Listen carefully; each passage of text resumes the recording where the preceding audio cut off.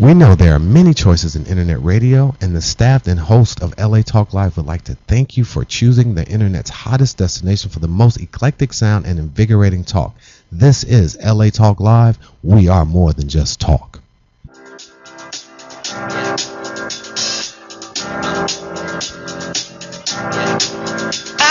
Welcome to Del and Debi's Mind, Body, Soul, and everything in between.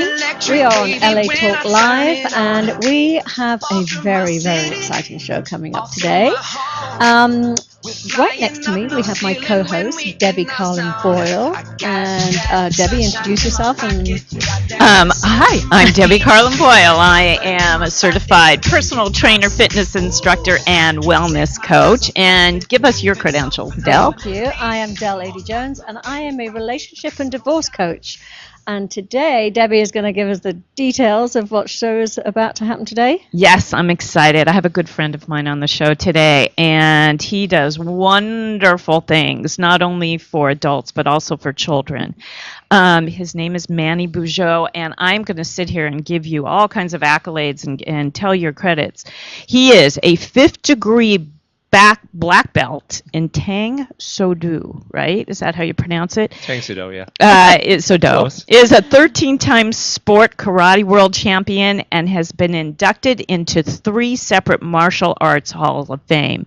So, if you will you welcome my good friend Manny Bujold? Manny, thank you so much for joining us today. And thank you for having me. We talked about doing a show with you because of what you do to empower both adults and kids. And before we get into any of that, to your present day work, I was wondering if we could, we're wondering if we can talk and you can give us a little bit about your background and what got you into the whole karate world in the first place, where you grew up, what your situation was that made you go in this direction. Of course. I grew up in Malibu, and I saw Jaws, so I don't like the ocean. Scared of the ocean scares me more than almost anything. And that's not true for Malibu kids in general. I know. I already broke the mold with that one. I wasn't a druggy kid, and I wasn't really the spoiled kid. So I got into sports, and I was just a shy kid. So I didn't have a lot of friends, and there wasn't much to do in Malibu when I was growing up there. It's much more built up now. Mm-hmm. A lot more families than when I was growing up there. So I saw the Karate Kid, and off of the Karate Kid, I started karate when I was 5, and the rest is history. And what made you fall in love with that? I mean, what was it? What was the spark? There was a lot to that. I think that one, I was just always a kid that liked sports, so it was something that was enjoyable for me on the competitive side. And then also for me, team sports were a little difficult for me because it was hard for me to see somebody that wasn't training or trying as hard as I was on the team. So karate is an individual sport, but at the same time, it's a family sport and it's a team sport because you have all of your teammates and all of your family on the mat with you, even though it's just you that has to do the work. I also always was kind of looking for a male mentor. My parents were very loving and very supportive, but discipline and boundaries and no were not things that they were very good at. So yeah, karate really saved my life on that aspect because, my mom, I could have done anything and my mom would be like, "Ooh, that's my boy. I love him no matter what." Yes, and that's I wasn't held accountable. But did you realize that at 5 years old? Were you conscious I think of that? subconsciously I did. I think all children want boundaries, even though they might be pushing away from that. Totally. Absolutely true. And, it's you look at children that have, let's say, a fit. I'm 36, almost 37. I've had that many years to be able to express myself on what is exciting me, what is bothering me, what's giving me anxiety. I know how to verbalize that, where a child doesn't. So a parent will see a young kid just having a fit, and, you'll see some parents go, "Oh, what do I need to do just to get this kid to shut up? Fine. You want the ice cream? Just take it." And it's not even that. It's they don't know how to express the emotions or the things that are going on inside of their head. So how does that come out? Either physically with punching, screaming, or with them just being quiet. They Yeah. just don't know how to express it, No, how to let it out. It's so true. I mean, you've really hit the nail on the head there. I mean, a lot of children, they feel out of control when they're flooded with those emotions, and when their parent is not holding tight boundaries, they don't feel safe. Yeah. I mean, because they know they could hurt themselves. They know that left to their own devices, it's not good. Well, kids are much smarter than people give them credit for. The difference is adults understand how to verbalize it. Children don't. So they let it act out. They act out however that may be. And if that isn't checked, or that isn't, I don't like saying boxed in, but if that isn't, guided. Yeah, exactly. Guided That's in a a great healthy way. Exactly. Then So you realized that you had too much freedom, and you needed you wanted structure. You were craving it. I mean, you couldn't verbalize it, I'm sure, or even grasp it at the time, but from a sort of an inner standpoint, you knew that you had to have some guidelines. Yeah. And the first karate class you took gave you that. My first instructor, God rest his soul, he passed away, I believe it was 2004, Thanksgiving 2004, was not the nicest man in the world. Most loved him like a father, great man, but like if he opened a karate school now, he'd have no students. No one would put up with it. I mean, he was old school military. Yeah. And what was his name? Bob Burbage. Bob Burbage. Yeah. We've heard of him. And was that in Malibu? Bob was in Malibu? Mr. Burbage was in Malibu. He was right under Spruzzo's. Oh, right. Back in the day. There's a karate place there now. There's a karate place there now. Mr. Burbage split Malibu Karate Association with Kurt Lamson. Oh, right. Who was my kid's karate Kurt is still teachers. there. Yeah. Well, we have a caller calling in right now that probably has a Wonderful. question for you, Manny. So, caller, are you there? Hello? Yes, I'm here, but I was calling in to speak to Richard. Oh, okay. Well, Richard's not on air right now, so we'll. Okay, sorry about that. Yeah. Okay. We'll go back. So wait, let's yeah, go back to Manny. the beginnings. Richard's more popular than me. Oh, I'm going to cry. Somebody called in. That's okay. So Tease me. I got all excited for a second. I know. another That can component happen, to why you got into it so young at 5, I think, is kids they have like the smell test. They know when they actually deserve the praise. Like you said, your mother would be like, "Oh, you're great, whatever you did. If you spilt the milk, it was great." But I think even as children, instinctually, we know when we've worked hard for something and we get recognized for it. And that's sort of quite addictive. It's like a drug. I mean, so you keep performing and you're getting, karate especially, because you get to wear the belt and, you move you go up in rank. Yeah. So it's very visible what you've achieved. Well, nowadays, back then, yes. I mean, we loved, getting that achievement, and I think back then it was a much more pure praise. Nowadays, kids, we live in the video game society, and everyone goes, I don't like that my kids play video games. Well, ask yourself, why do kids play video games? It's instant gratification. Mm-hmm. They get to be able to say, oh, guess what? I just got to the next level. And they have to work for it, but it's not length work. It's like every 15 minutes that, it's going quick, and they get to go, oh, I'm on level 10 now. Yeah. So they get that instant gratification. So we've kind of gotten away a little bit from that pure, praise. Now it's like, oh, you're doing a good job. It's that participation award, which is. Oh, I know.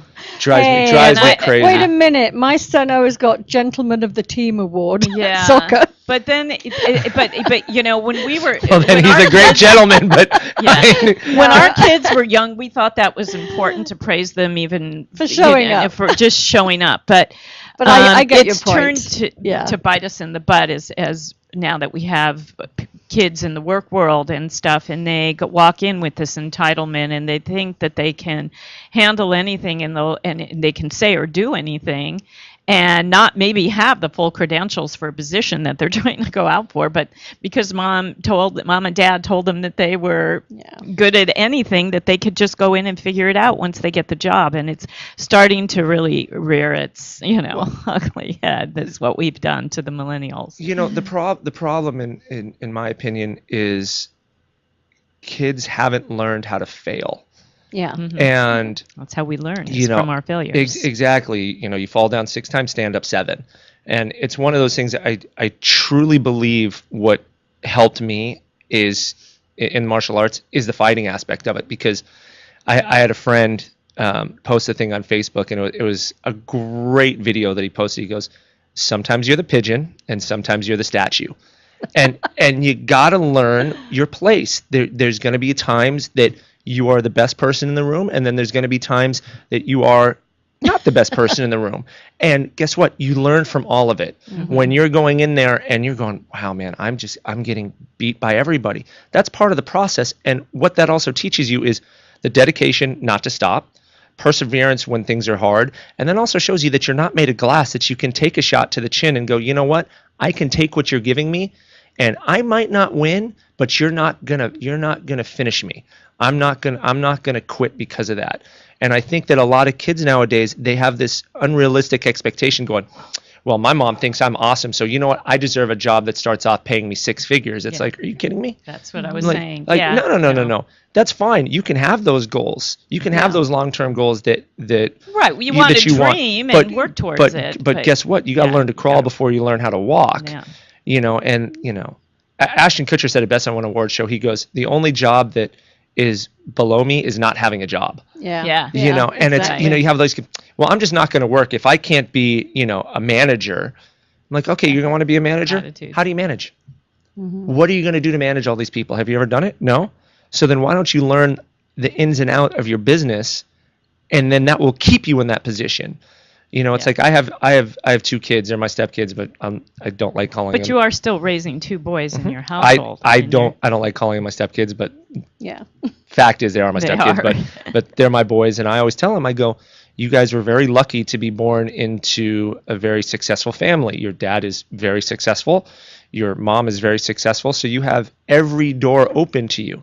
So you have the ability to walk into any door. What are you going to do to keep yourself in the room? Because you have all these children that come from parents that have all these parents that give them opportunities, but now it's like, with great opportunity comes great responsibility. Don't let that opportunity go to waste because you think you're better than you are. Yeah. And I think that's the problem with the that's millennials what is they never get checked. Talking about I used to it's be good. in the film business many, many years ago as a costume designer, but back then everybody wanted to be a PA because to be a really great filmmaker, you needed to see what it took from the ground up. And the PAs were the ones that were in every department. They saw everything, and they were eager and willing and wanting to learn. And I'm noticing now, I know a few people, friends of my children's, that have gone to film school, and They want to be directors right out the they don't want to be a PA. I know. They I don't wanna was pay their dues, but it's not even paying their dues. That's where you learn. That's well, and It's- I was it's like- that. yeah. I was a producer for the better part of 30 years, and one of the things that I learned was I went freelance after being a production secretary really quickly because I knew to learn I needed to be on that set, and I didn't care if they asked me to, clean the toilets or get the director coffee 15 times a day and make sure you sweep under his chair. I didn't care. I could hear. I could see, I could feel, I understood the lingo. It only took me 6 months to really figure that out and then start working my passion into where I started producing within 3 years. And I see exactly what you're saying. People are coming to me trying to get in and it's skip all those steps, trying to get into the business just simply because they have a college education. And I'm like, no, that's not how it works these days. Well, I tell my students, I go, if you're building a house, would you start building the second story first? And you hear all of them go, no. I go, Layers. why not? Yeah. I go, because there's no first floor to hold it up. I'm like, exactly. I go, so Foundation. if you're forgetting your foundation, you're not going to be able to build anything above that. So you're forgetting your foundation if you go, I just want to direct first, or I just want to become a producer first, and then. It's really funny because the industry, I have to say, and I think a lot of industries this is happening too, not just in the film business, but the millennials came in, like gangbusters, out of college, hire me. I'm very tech savvy. I can do all the social media. I can do this. I can do that. That, perhaps our generation wasn't so savvy at.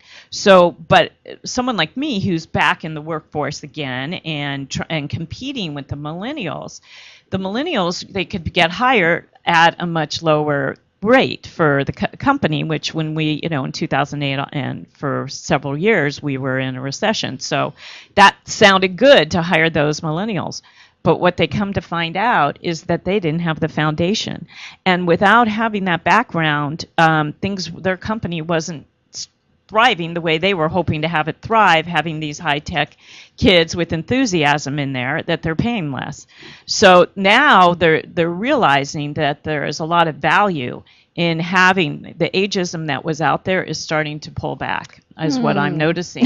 And it's just a little bit, but they're pulling back and they're starting to hire both. And they're letting, which is what it should have always been, but they're letting those savvy millennials in there along with the very skilled and very wise and trained people of age. Yeah, and I think we it's have important. to be careful here not to sound like old fuddy-duddies. No, we're not. But I mean, you No, come I to know think what of you're it, at saying. over 45, it's very hard to work yourself back into a workplace when you're competing with kids that are 21 and 22 right out of college. Yeah, I did it, and definitely. But It's there were just some changed. It's different. great kids as well. I mean, I hired lots of really wonderful people straight out of college that weren't afraid. But back to to what you were saying, and I know a big, I don't know if we're going to go there too soon, but the philosophy of your school, what it is that you really, are they mostly children or adults? Our school starts we start them at 2 to 2.5. Oh, wow. Is it a mommy and me at 2? It's not a mommy and me. We do our little cubs. It's a 30-minute class. Yeah. It's very little karate. They might learn a punch and a kick. It's more learning to listen, learning to be athletic, working on their balance. Oh my God, I would love to see that. It sounds so cute. It's really cute. It's 30 minutes of fun. Yeah. But it's that learn to crawl before you learn how to walk. Yeah. So you start there, and then it goes into our little ninja program, which is about 3.5, 4, depending on the child. And it goes to about 5.5, 6, depending on the child. And then our kids program is 6 to 9, and then our teenager young kids is 9 to 13, and then 14 and up is adults.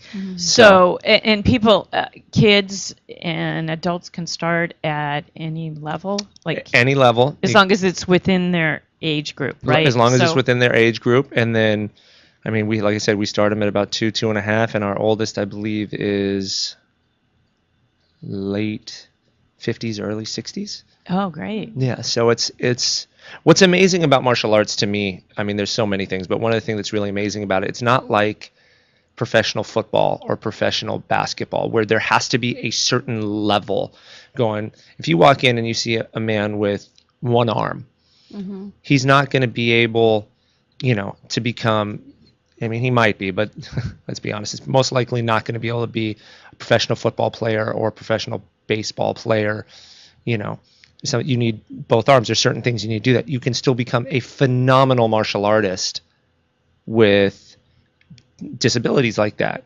So that's what's amazing to me. Like, we had this one lady from my instructor now who got her black belt, and she had 2 bad knees, 2 bad hips, couldn't kick head height, still got her black belt, had a black belt attitude, black belt spirit. Her technique was spot on. It was the best that she could do on that. She kept up with everybody as hard as she could. It's an amazing individual sport, and it's everybody's own journey. And it's what I love as a teacher, because it's not like going to elementary school where you go, this is your curriculum. You teach this. This is only what you can teach.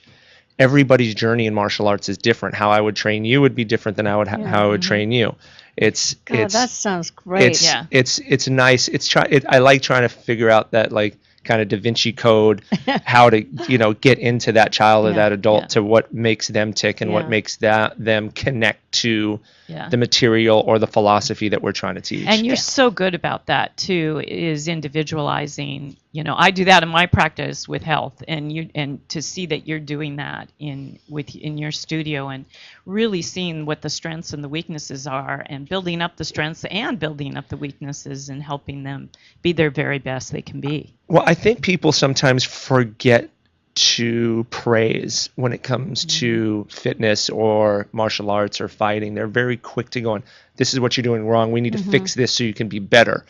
And I'm all for that. You need to be able to tell somebody when they're doing something wrong, and that could be something in life. Someone talks to you a way that you don't like it, you need to speak up right away and say, you know what, I don't really like how you're talking to me. Because the second you don't do that, that becomes a habit for the other person, and it's almost your approval for them to talk to you that way. That's right. You have to set your boundaries. But you also need to tell people when they're working that hard and they're doing the best that they can, you're doing a good job. Keep it up. It's, Rome wasn't built in a day. It's going to take its time. Eventually it will click. You'll get it. Keep up the hard work.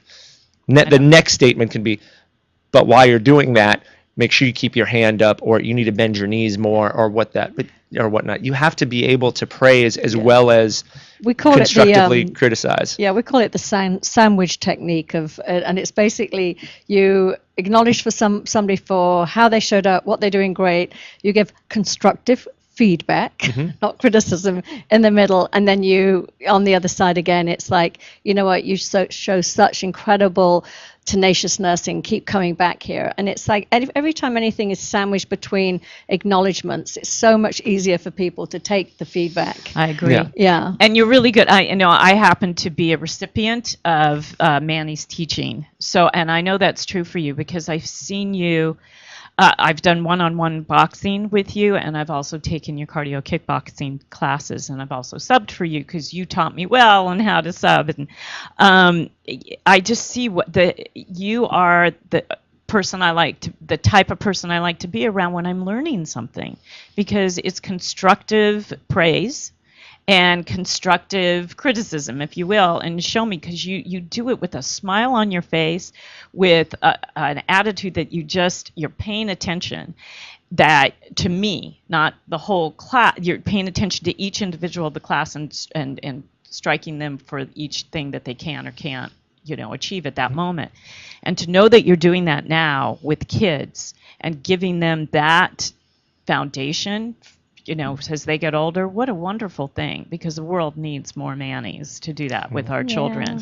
So, no, but it's true. And I just talk about giving praise. I mean, you are really spot on with what you're doing with them. Thank you. I'm very impressed. Well, I'm very blessed. I mean, I get to do what I love, and they say, if find what you love to do, you never work a day in your life. No, exactly. So and you don't. I don't. It's hard. It's a lot of effort. No, I know, but it's enjoyable effort.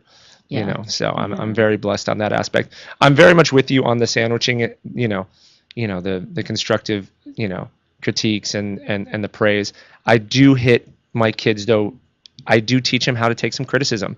You can't sugarcoat that. No, exactly. So I never let my kids know what they're going to get that particular day.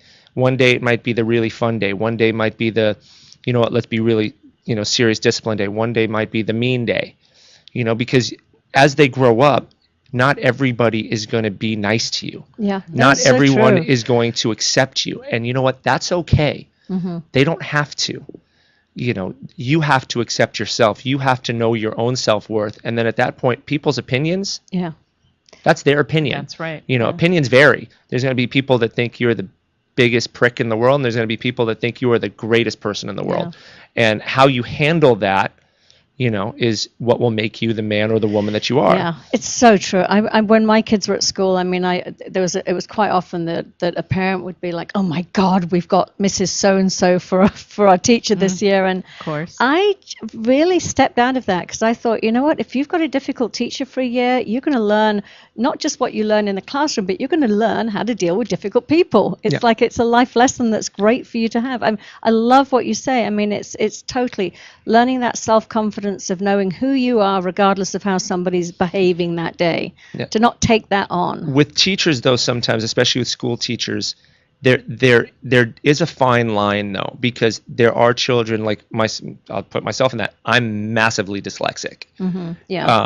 I made it through pretty much all of my schooling without knowing I was dyslexic. That's how much the teachers were paying attention to me. No, it's terrible. So, if you have learning issues on that, teachers need to be able to, I don't want to say morph their teaching style, but they have to be able to take that into account. Yeah, they have because to accommodate you because in that respect. that's not like a physical thing where if in the business, a squat, there's only one way to do a squat right. That's right. If you do a push-up, you might be able to modify it, do it on your knees. Right. Or we don't go all the way down, but you can't do a push-up with your hands behind your back. No, going it's into the wall. dangerous. You'll physically hurt yourself. Yes. Where with learning, and especially for school, you have to be able to reach that child in their way. And if, I'm all for strict teachers, lenient teachers, whatever, but you have to know who you're teaching, and you have to have your eyes open. So I know, I'm not going to name, the schools that my kids go to. One had some teachers that I had a problem with their teaching. No, I agree. I'm not talking about the bad teachers, because I'm dyslexic. My son was dyslexic, hugely dyslexic. I knew at 6 years old, and the school system don't apparently test till you're in 3rd grade. So they were like, no, he's fine. I'm like, he's not. I can see it, and I'm not one of those sort of tiger mamas, helicopter mothers. He just really struggled. Yeah. But without a doubt, paying attention, stepping in, getting the resources necessary. I'm just talking about sort of, like if there was a teacher that was just, maybe not as popular. It was always the popular teacher. Yeah. The one that everybody without a wanted to doubt, be pay around. attention to your child's education, and hopefully they're getting the best education. But again, learning to deal with maybe some people that just aren't as warm and pushy, and which brings us to the subject, which I want to talk about, and we're going to take a break in a little bit here, but we can start to just tap into it. Empowerment. And I know you wrote an article about empowerment, which I read, and I really enjoyed, because there were so many truths about it. And I have to tell you that I'm going through a little personal crisis myself, and it's been this last couple of weeks I've kind of cowered, and then all of a sudden today I just thought, you know what, I'm gonna head into this. I'm gonna stand up straight, put my shoulders back, get some confidence, and feel I'm a strong woman, both mentally and physically. I can handle this dude who's trying to bully me, and I'm not gonna let him get the best of me. I'm gonna go through all the channels I need to do legally to get this resolved, and he can say what he wants, but he's not going to penetrate me. And then I started thinking about you being on the show and what you're doing, and I know this is coming from the background that I have, that I feel physically and mentally strong enough to deal with him, because I could cower and this guy would be walking all over me right now, and he would be victorious in what he's trying to achieve, which is something illegal, and I am saying, I'm not going to let you. And the fact is I have to keep passing him and dealing with him. And I for a while I was like hiding, going behind trees and trying to wait until I heard the door close so I didn't have to see him. And today I just thought, you know what, I'm going to own it. I have to own it, because when I walk into any room, anytime, when I'm in a situation like this, I'm not going to be bullied. And he's bullying me. He is doing a form of bullying. And I'm not going to allow it to happen. And I have to, again, thank you for giving me confidence, because kickboxing has really helped me. And this guy is a personal trainer, and right now I think he's on steroids, so he's extra big. But so physically could overtake me, of course. But but confidence comes much more from that place of strength. And so I want to touch on empowerment and what you're doing for kids for their future, like we started to talk about. Well, the first thing, I'm glad you liked the it was the article. I do need to give credit. Courtney Resnick, who is our school manager, her and I both wrote that, so she needs to get a little bit of praise off of that one. Good for you and Courtney. I'd like to take all the praise on that one, but she was very much my right hand on that one to help write that. I think that a lot of people, like talking about how you would hide behind trees, a lot of people do that because it's easier. They're like, well, confrontation. Confrontation.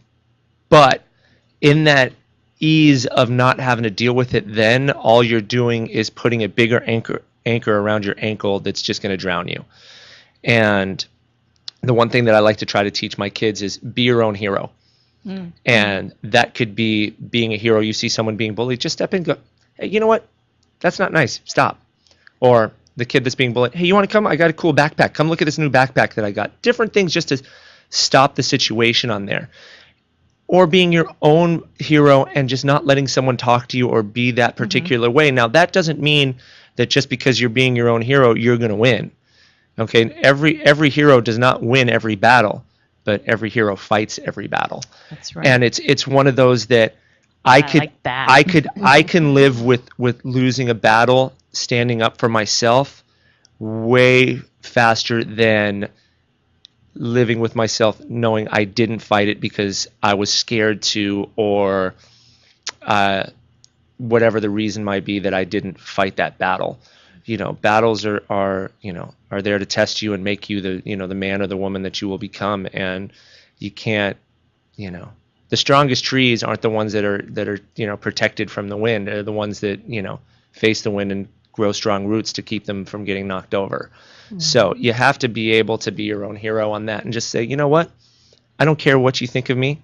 I have my group, and they love me. So you can think what you want. I'm not going to let you do that. That's great. I want to keep great. touching on that. Just a little bit more on how you through the art of martial arts, how you achieve that.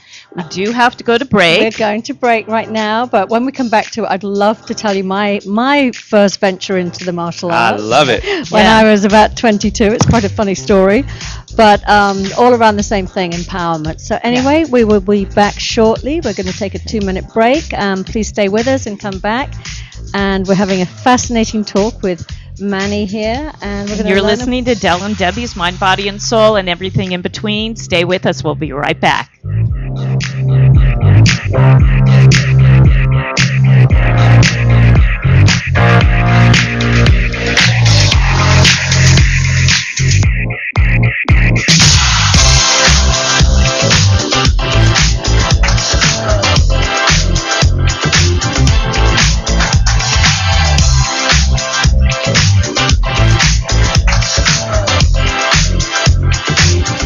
We know there are many choices in internet radio, and the staff and host of LA Talk Live would like to thank you for choosing the internet's hottest destination for the most eclectic sound and invigorating talk. This is LA Talk Live. We are more than just talk. Hi, I'm Del Lady Jones, and I'm a certified relationship and divorce coach. And I'm Debbie Carlin Boyle, a certified personal trainer, fitness instructor, and health coach. Join us on Tuesdays, 2 p.m. Pacific, for Del and Debbie's Mind, Body, Soul, and everything in between, exclusively on LA Talk Live. Become part of the conversation with expert guests discussing life-changing topics such as relationships, divorce, longevity, parenting challenges, dating, intimacy, and so much more. We would love to hear your opinions and questions, either on our Facebook page or by calling us directly at 323-473-3100. We are Del and Debbie's Mind, Body, Soul, and everything in between. Tuesdays, 2 p.m. Pacific on latalklive.com. You can also catch us on iTunes Radio, R&B, and now live on Facebook, or watch and listen directly at latalklive.com. And now on our YouTube channel, Del and Debbie Mind, Body, Soul. Reality radio handcrafted for your listening and viewing pleasure. This is LA Talk Live, and we are more than just talk.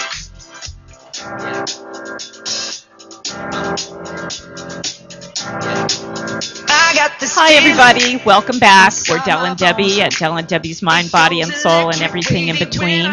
And our guest today is the wonderful Manny Bujold. Manny is a champion, a martial arts champion, world title, and he has his own studio. It's called Agoura Hills World champion karate. Yes. Karate studio. I'm sorry, I don't have my glasses on. I'm doing this. I'm her eyes. I won't hold it against you. Yes. And totally it's in will. Agoura Hills, California, and we've been talking some wonderful things about empowerment and martial arts, and Manny being the champion and the teacher he is, we're going to pick up kind of where we left off, if we could. Absolutely. And talk a little bit about the kids and the process of what you talk about in the article, and giving them a sense of purpose and a sense of strength when they walk into a room that has nothing to do with actually being a martial in karate. Yeah, I think that the one thing that I like to, we were talking about bullies and being bullied, and the one thing that I notice a lot is kids and adults care way too much that everybody likes them. Mm-hmm. And mm-hmm. I wish I could remember who said it, but I heard this line, and it was a great line. It really resonated with me. If everybody likes you, you're doing something wrong. Yeah, that's so great. You're not being real, and you're not being honest, because guess what? People are not going to always agree with your opinions. I mean, you could look at it just politically right now. Yeah, you have Democrats, you have Republicans. See what's going on. You know what I mean? And there's people that, have their point of views, and you have your point of views. And if everyone likes you, you're not being honest. If you don't stand for something, you'll fall for anything. So you need to be able to know who you are and be okay with the fact that not everyone is going to agree with you. Not everyone is going to like you. So once you get that, it's a lot easier, in my opinion, to stand up to someone picking on you. Mm-hmm. Because at the end of the day, I think one of the things that's really difficult for children or adults being bullied or picked on is going, why don't you like me? Why are you doing this? I'm a good person. Yeah. Why me? And you know what? There could be many reasons why that person is picking on you, Well, that person has many problems. Yes. And they tend to go pick on the person who they think doesn't have those problems that they have, Or like you say, people that are people pleasers. I want to interject for a moment, because this is a very funny story. When I first came here, I was to America, I think I was about 21, 22. And I was a complete people pleaser. I was definitely, I was shy. I was probably afraid, even though I was brave enough to come here on my own. But I still had those qualities about me.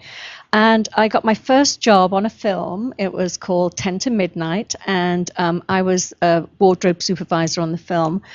And we shot, it was a sort of crime thing. And it was with Charles Bronson. Mm-hmm. And we were always shooting downtown, back alleys, 3 o'clock in the morning, things like that. And one day I was running from the trailer to the set, and, I was frightened. I mean, I was like, oh my God, I can't believe I've got to run down this alley on my own.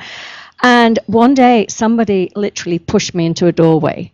And it was not near the trailers, not near the set. And I was like, oh wow. My God, what do I do? It's about 3 a.m. And all of a sudden, Charles Bronson came to my savior and sort of grabbed this guy and pulled him off me. And he just looked at me and he said, you need to take some self-defense lessons. You walk like a victim. And it was brilliant. And I immediately got myself into karate. And I learned, I was only in it for a year or so because I didn't actually like the fighting part, but I learned to walk with confidence. I learned to know that, I learned how to deflect if somebody was going to attack me. I knew how to get myself out of being attacked. But just simply the way it affected the way I walked in those streets, especially if I was doing those late night shoots and things like that. I just had this sort of, don't mess with me. I can take care of myself. And I never found myself in that situation again. And that's a radar that people have to know not to mess with you, or know that they'll try it on and try to mess with you. Because it's really important. I have 2 girls who you both know, and they live here in LA. It's very dangerous. They both were in the film business for many years, and same kind of thing, working late nights, and one daughter still in the restaurant business, going to her car late at night. And so when they were high school age, 18, I put them in self-defense courses. Now they both have taken classes with Manny, and they're both very physical and very, they're very good at athletics and fitness. But that doesn't always give you the confidence that you need. And so we put them into self-defense classes. And like you said, they learned how to stop somebody. But the biggest thing that they learned was to have the attitude that you don't mess with me. Yeah. And it actually came in handy for Hannah, my youngest daughter, when she was living in the south of France, because she was attacked by a mob gang, her and her girlfriend. And she was able to get out of the situation based on the competence that she had and based on what she learned in self-defense. She did come home with a black eye, I must say, but she got out of the came situation. home. She came home, exactly. home. Yeah, it was the night before she was supposed to leave, too, after 9 months. It was scary. But the one thing is, people that are going to try to, mug you or, rob, whatever it is that they're trying to do, something that they're not supposed to be, don't want to go for the person that's going to fight back. They want the easy person. You look at it in the wild, you don't see, the lion going after the really, really fast gazelle. They're going after the slow one. They want to eat. Yeah. So it's that line going, you don't need to be the fastest, you just got to be faster than the slowest. Yeah. Right. So it's one of those that, if you look at somebody, who is strong enough, or at least faking it enough, to have their shoulders back, makes eye contact, walking, upright, instead of the person that's cowering down. Hi, how are you? Please, I hope something doesn't happen. Those are those easy victims that they're just going, oh, it's like taking candy from a baby. No, exactly. And, I think that for me, I think the fighting aspect, I told Debbie this, going, I believe that there is a strength through fighting, and not in the violent aspect of it. But it's scary to have someone grab you. It's scary to have a punch or a kick thrown at you. And you would never take your child and throw them in the deep end of the pool without teaching them how to swim first. So my thing is, I think that you need to have the realistic application to what you're trying to learn. Anyone can go hit a bag. Yeah. Anyone can throw a punch or a kick in the air. But once you have something thrown back at you, now that doesn't mean you don't need to become a professional fighter. You don't need to become some, 5th degree black belt, master in what you're doing. But you need to know that you've seen it before. You've dealt with it. It didn't break you. You're stronger than what you think you are. And there's a strength in getting hit. Going, oh, look at that. That wasn't as bad as I thought. Yeah. It's so true, because it's the mental preparation, like you say. You've been through this before, so you don't go into that panic. You actually, can stay calm and deal with it. Well, there's, I like quoting a lot of people. There was a film, Chasing Mavericks, and the lead actor in it, Gerard Butler, said a line. It was about big wave surfing. He goes, what happened? You panicked, or was it fear? He goes, and I don't remember the exact line after, but he goes, those are two different emotions. Fear is normal. Panic is deadly. You can, it's fear keeps me, I'm scared every time I step in the ring to fight.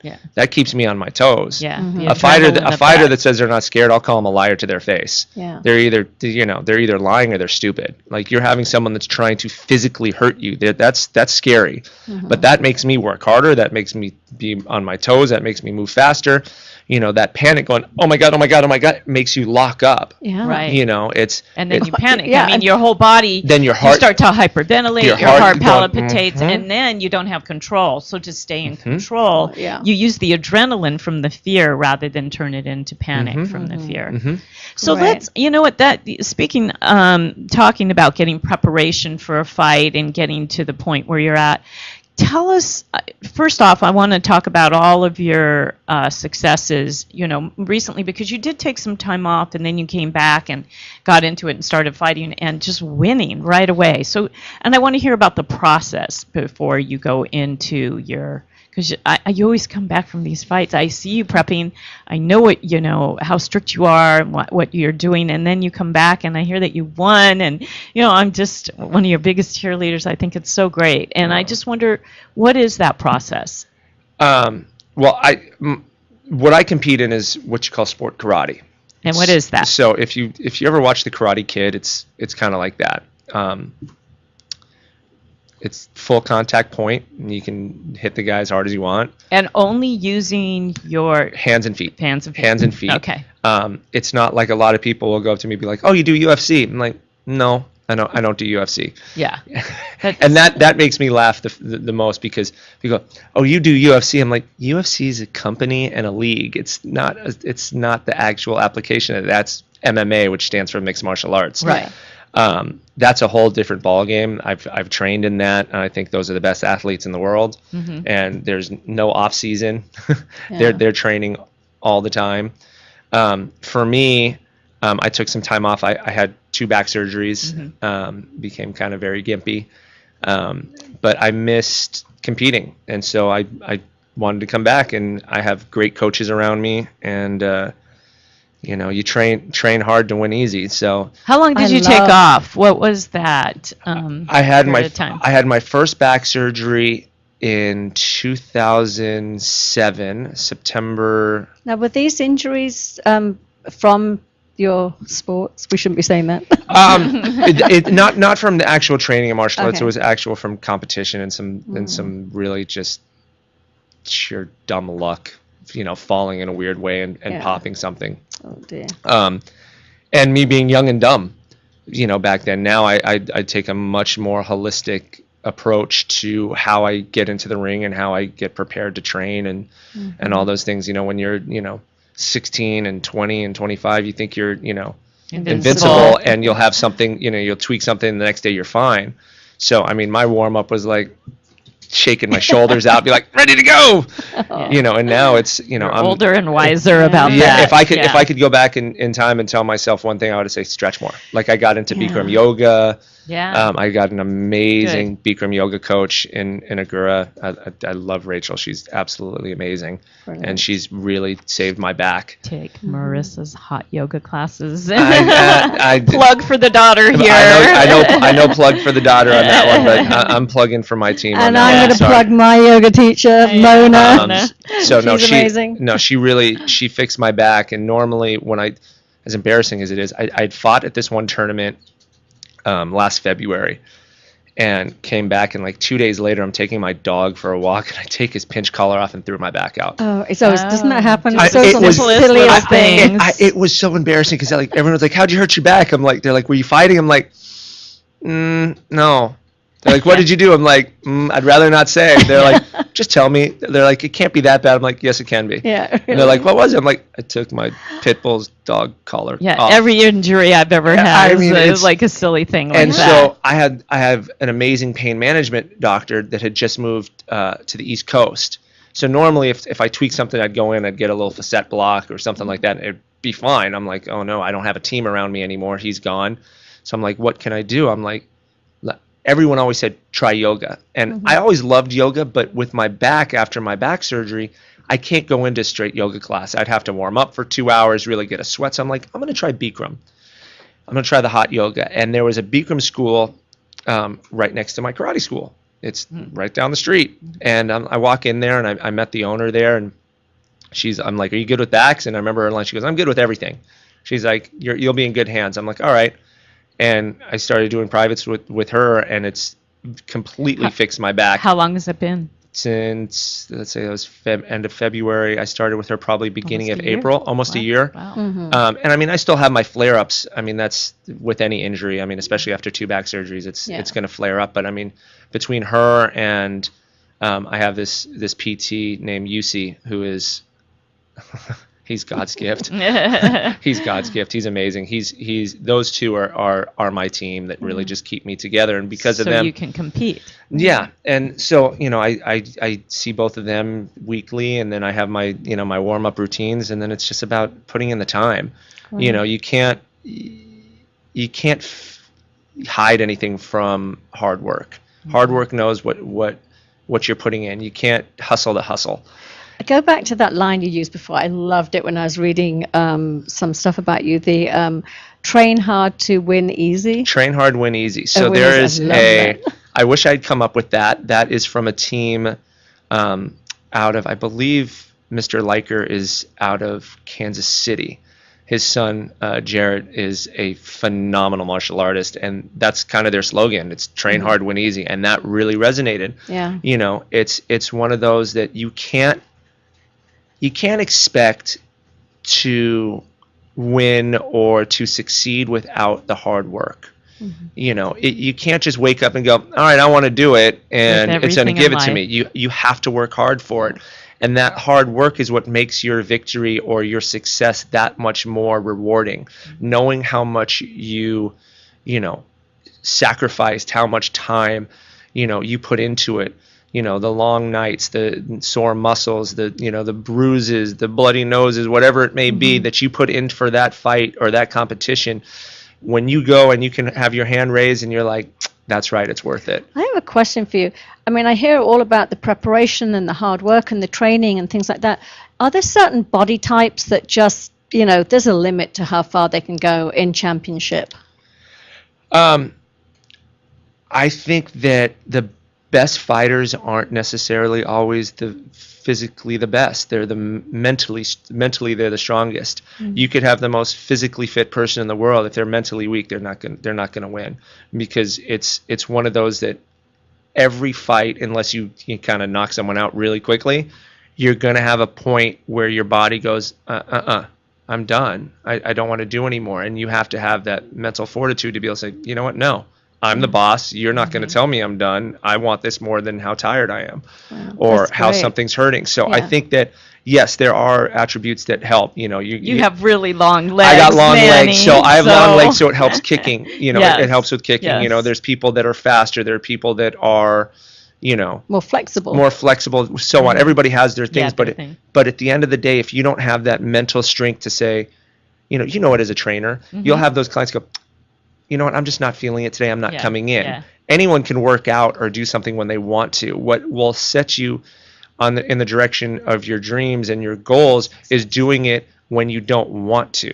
Like I said, anyone can do it when they want to. Be like, I feel good today, I'm going to go for a workout. It's the days where you wake up and you're like, my legs hurt so bad right now. If I have to do another squat, I don't know how I'm going to do it. What am I going to do? Well, you're going to, pull yourself up by your bootstraps, suck it up, stiffen your upper lip, and get your butt to the gym. That's right. That's how winning is done. It's so funny. I have I work out at the beach. I do kettlebells on the beach on Tuesdays and Thursdays. Oh, it's amazing. And so this morning I woke up and it's pouring with rain. And I'm like, I just have to put my clothes on and get down there anyway, because knowing the woman that teaches Does us, she show up in the rain? She showed up. She drove from Newbury Park. Wow. So there we all are in the rain. There's about 5 of us still doing kettlebells in the rain on the beach. It was brilliant. It was amazing. And that's showing up. Yeah. It's showing up and being accountable. Yeah. And I tell my students, the hardest part is walking through the door. Yeah. Once you get through the door, the rest is easy. You enjoy being there. Yeah. The hard part is just getting your butt through the door. Yeah. So I was just going to say, ahead. now you mentioned your students. Do you see, obviously you're a world-class championship fighter. Do you have any students that you've been working with that you see have that same quality as far as? I have a few. I'm taking around 12 students to Vegas at the end of the month for a competition, and they're going to be in the competition. They're not be watching you. I'm fighting too. It's actually the most nervous that I've been for a fight, because they're going to get to watch me fight. Because they're watching you. That's the hardest audience. No, that's so funny. But they're going to compete. For me, our slogan at our karate school is "We create champions for life." At the end of the day, I don't care if I have a world champion fighter. I don't care if I have a national champion fighter. I care that I have great children and great adults. Yeah. I care that I could send my kid out into the world and they can look someone in the eye, shake their hand, say, hi, how are you? My name is, so-and-so. Or they can go to their job, and if they do something wrong, they can sit there. They can, take that chewing and say, I'm sorry, I will do my best not to have that happen again. That's so beautiful. And it's one of those, Wonderful. I tell my kids, I'm like, when they're like, I'll never do that again. I'm like, don't tell me that, because that's a lie. You can't tell me you're never going to do something again. Tell me you're going to try your best not to do it again. Because guess what? Accidents happen. Yeah. You might do it again, and you might not have meant to do it again. Do your best not to make that mistake again. You did something wrong. That's fine. Everybody makes mistakes. No one's perfect. I don't believe in perfect. And you're taking, what did you say, 12 kids with you around? Around 12. How lucky are these kids to have you, because you as a teacher and a mentor, because you're giving them so much more than just the physical strength that you're giving them. Well, I'm giving back for what I got. Like, my first instructor is who I got my junior and adult black belt from. But my instructor that I have 2 instructors now.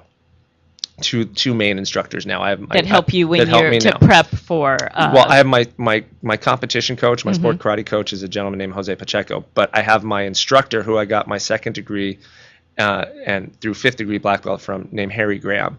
Now, you've known me since I was around 19, 20. Yes. So she's only seen the finished product of what Harry did. I was the shyest child in the world, would not talk, have my chin down, barely look you in the eye, very respectful. How are you, sir? And wouldn't talk. Harry's the one that's really created the monster. Like I said, I barely talked. I'm catching up for lost time now with how much I talk now, but he really helped mold me into the man that I am today, and definitely made me the martial artist that I am today. Oh. So it's wonderful. Very cool. it's- And now you're doing it for others. You know, you're taking it. But you're taking it's the because of cycle through It's very much because of him that that you are. that I am the way that I That's am, cool, and 'cause and he doesn't get enough praise. I really don't give him enough Let's say praise. his name on that. again. Yeah. And name- tell him to watch the show. His name's Harry Graham. I'm trying to get him to come teach at the karate school. He closed his school down a few years ago, became a respiratory nurse, Oh, wow. and just a great man. So Wow. I was the best man at his wedding. He was the best man at my wedding. Oh, I think I know who he is. I think I've shown think you a I've picture. met- yeah. Amazing guy. Yeah. But he doesn't get enough praise from me. I know when I met Wonderful. you, I think you were just maybe 20 or so when we met. When I met you, you were at the front desk of a gym that we are both personal trainers at. And you were such a presence. You're a physical presence because of your height and strength and all of that. It's more and this, your beauty and the beauty of Manny. But also, I mean, you just came right up and introduced yourself. And I'm like, oh, hi, I'm Debbie. I'm an instructor and trainer here. You know, it was like you just kind of, you owned the room. You owned it. And I remember thinking, who is this kid? I wasn't sure of your age at the time. I'm much older than you, but I knew that you were beyond your years the second I met you. I just knew, because nobody your age would come up and look me in the eye and talk to me like that, you know, and introduce themselves so directly. That's 100% based off of the men that I had around me in martial arts. Oh, there you go. 100%. And now you're doing it for Yeah. those So kids. wonderful. Yeah. Yeah, I'm sure. I mean, you're just bringing up a point here. I mean, children that grow up without, especially, girls and boys that grow up without a father in their life. I'm sure that a situation like yours in the karate studio, I mean, you have female trainers too, but what a wonderful place to go for a positive role model that you might not have at home. Well, it's one of those, I'm very lucky to have a great assistant instructor at my school. She's fantastic. And I made it a point to have a female instructor, because some children gravitate more towards females, some gravitate more towards men. And you need to have both. You have to have the yin to the yang, and she's absolutely fantastic. She's actually teaching at the school right now, so I could be here. But for parents, what's so great about a martial arts school and about putting their children in martial arts is there's no instruction manual on how to be a parent. And it's the most that important job. you don't know what you're doing. You learn as you go. Everyone has their common sense. Some people have a little less than others on how they're doing it, but they're all doing their best. But it's hard for a parent to be the judge, jury, and executioner, the friend, so on and so on. So it makes it so much more important to have that disciplinarian in their life. And it's for me, like I tell the parents there, I'm like, look, if there's a problem, tell me. We'll discuss it in class, and if they're not acting right, they're gonna, they have to handle it with me. And I hear it time and time again, do I need to tell Mr. B? And they're like, we won't do it. It's like, because when you have somebody when you have something that you love doing, and you have that mentor and you have that teacher that's teaching you what you love to do, their opinion matters. So it's easier for me, because I don't need to be around them 24 hours a day like their parents do, to say, you know what, this is not right. Part of being a young man or a young woman, this is the right way to do it. And we get to talk about whether it be focusing, whether it be, manners, whether it be just how to be, a proper young man or woman. We get to talk about it. And it's like, you have all these other activities, like I'll use soccer, because I have a lot of students that are in soccer, and you'll hear their coaches going, you need to focus. Okay, that's great. Are you going to teach them how? Where are the backbones? What's the backbone of focusing? Like we talk about focusing at school. How do we focus? Everything that you see, everything that you think, everything that you hear needs to be on one particular thing. What's that one particular thing right now? On me, because we're at the karate school. You have to have everything on me. Where are the 3 most important places to focus? At home with your parents, at school with your teacher, and on this karate mat with me. It's that. certain things that's being present. That's being mindful. That's being with intention. That's what you're teaching at a very early age, and it usually takes a lifetime to start getting that into. Absolutely. Well, it's all about healthy habits. Can you believe an hour is up, and that we've just had so much to talk about? We haven't hit on everything, but go ahead. I was just going to say, so let's, before the music takes us out here, let's give you your website and how people can contact you. And your school again, and that information. And we're up on the screen, too. You can find me at Agura Hills WCK at gmail.com is the email address, or our website is agurahillswck.com. Find us on Facebook, Agura Hills World Champion Karate. And come on in. If you mention the show, guys, I'll give you guys a free month. Oh, wow. There you go. I'm coming in. Yeah, that's great. Yeah, we're coming in. I need to brush up. Manny, one last thing. Words of wisdom. Words of wisdom to wrap us up here. Words of wisdom. A waterfall begins with one drop of water. There you go. Remember that. Very wise. Yeah. I like the clapping. I like the clapping. It takes its time to get flowing, so don't expect it. Rome wasn't built in a day. So it's every day, add another drop to your waterfall. Eventually, it'll be a flowing one. So. Beautiful. Thank you, We love that. Thank you for your time. so much. Thank you for having me. It was my It was a pleasure. pleasure. Thank you very much for joining us. And we thank you for joining us. We're Del and Debbie's Mind, Body, and Soul. We'll be back next week, 2 p.m. Pacific time, with another great topic on wellness. Thanks, everybody. We'll see you then. Okay.